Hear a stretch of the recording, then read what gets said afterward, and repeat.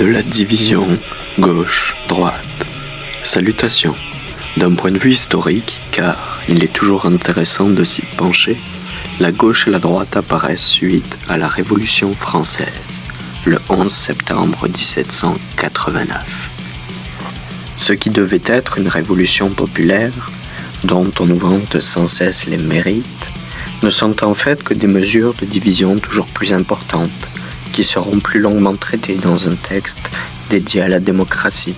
Introduisant ces concepts à l'Assemblée constituante pour savoir si Louis XVI pouvait maintenir son droit de veto ou non, certains se sont placés à gauche et d'autres à droite, déterminant par la suite le fameux clivage que l'on connaît à présent.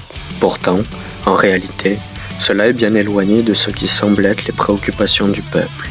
Ces révolutions, qu'elles émergent en France ou ailleurs, étant avant tout issues de la noblesse, qui chercha alors à se défaire de l'emprise monarchique et la centralisation entamée un peu plus tôt, dès la fin du XVIe siècle.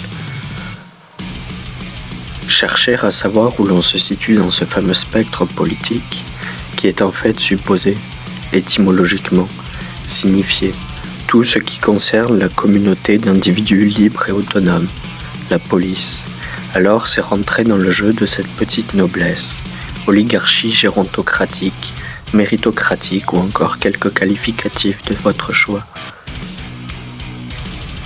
Cela ne fait en soi que nous ralentir et accentuer les préjugés entre nous. Si une telle est de gauche, alors elle est comme cela. Si un tel est d'extrême droite, alors au grand jamais il ne faudra lui adresser la parole. Ceci est ridicule. Plutôt que de se dire que l'on est dans un camp ou un autre, accentuant cette cristallisation des opinions que le numérique a exacerbées, nous pourrions partir du principe que l'on est à ce jour face à des problèmes globaux et que cela va nous demander une certaine cohésion, unité. Cela aura été évoqué précédemment, bien de nos problèmes sont d'ordre hiérarchique.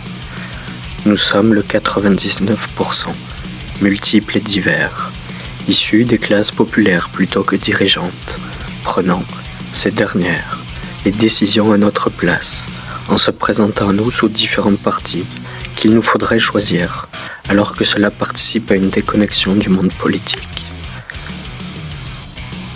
Il serait temps pour nous de nous unir, ensemble, sous des projets multiples et variants une fois encore, mais en se recoupant sous cette logique d'émancipation du vivant et des collectivités humaines qui devront, à l'avenir, tenir compte des valeurs et principes écologiques au lieu de s'en référer à l'ego. La gauche et la droite politique, qui en soi n'existent que pour les animaux esprits, êtres pensantes et pensants que nous sommes, relèvent dans un premier temps, comme toujours, du monde psychique avant de se matérialiser dans le domaine physique, tangible.